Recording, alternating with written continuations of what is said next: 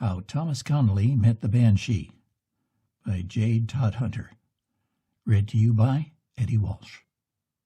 The Banshee, sir. Well, sir, as I was striving to tell you, I was going home from work one day from Mr. Cassidy's that I told you of in the dusk of the evening. I had more nor a mile, it was nearer 2 miles to track to, where I was lodging with a dacent widow woman named Biddy Maguire, so as to be near me work. It was the first week in November, and a lonesome road I had to travel, and dark enough, with trees above it, and about halfways there was a bit of a bridge I had to cross over one of them little streams that runs into the Dodder.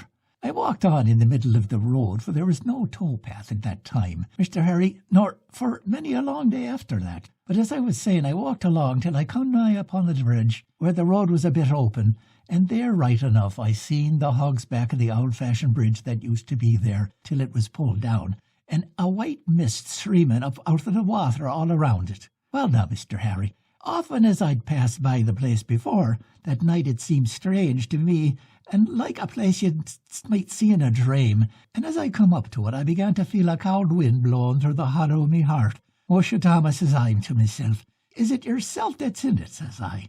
"Or if it is, what's the matter with you at all, says I. So I put a bald face on it, and I made a struggle to set one leg afore the other until I came to the rise in the bridge.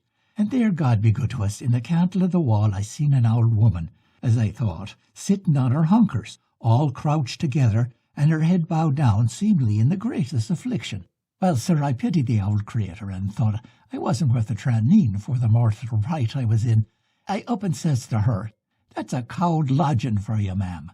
Well, the sorrow hath porth, she says to that, nor took no more notice of me than if I hadn't let a word out of me, but kept rocking herself to and fro as if her heart was breaking. So I says to her again, ma'am, is there anything the matter with you?" And I made for to touch her on the shoulder, only something stopped me, for as I looked closer at her I saw she was no more an old woman, nor she was an old cat. The first thing I took notice to, Mr. Harry, was her hair that was strailing down over her shoulders, and a good yard on the ground on each side of her. Oh, be the hokey farmer, but that was the hair. The likes of it I'd never seen on mortal woman, or old, or young, nor since. It grew as strong out of her as e'er a young slip of a girl you could see. But the colour of it was a mystery to describe. The first squint I got of it, I thought it was silvery grey, like an old crone's, but when I got up beside her I saw it be glancing of the sky. It was a sort of an Iscariot colour, and a shine out of it like floss silk. It ran over her shoulders, and the 2 shapely arms she laid her head on, for all the world like Mary Magdalene in a picture. Then I perceived that the grey cloak and the green gown underneath it was made of no earthly material I ever laid eyes on. Now I needn't tell ye, sir, that I seen all this in the twinkle of a bedpost, long as I take to make the narration of it. So I made a step back from her, and "The Lord be between us and harm," says I, out loud, and with that I bless myself. Well, Mr. Harry, the word wasn't out of me mouth afore she turned her face on me. Mr. Harry, but that was the awfullest apparition ever I seen, the face of her as she looked up at me. God forgive me for saying it, but 'twas more like the face of the ex homo beyond in Marlborough Street Chapel, nor like any face I could mention, as pale as a corpse, and as most of freckles on it like the freckles on a turkey's egg, and the 2 eyes sewn in with red thread from the terrible power of crying she had to do. And such a pair of eyes as were, Mr. Harry, as blue as 2 forget-me-nots, and as cold as the moon in a bog-hole on a frosty night, and a dead and live look in them as sent a cold shiver through the marrow of me bones.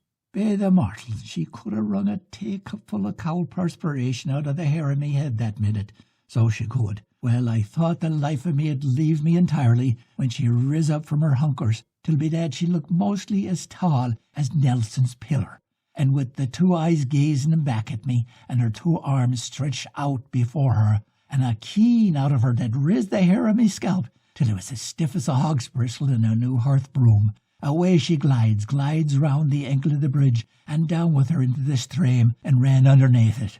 'Twas then I began to suspect what she was. "Wish it, Thomas," I said to myself, says I.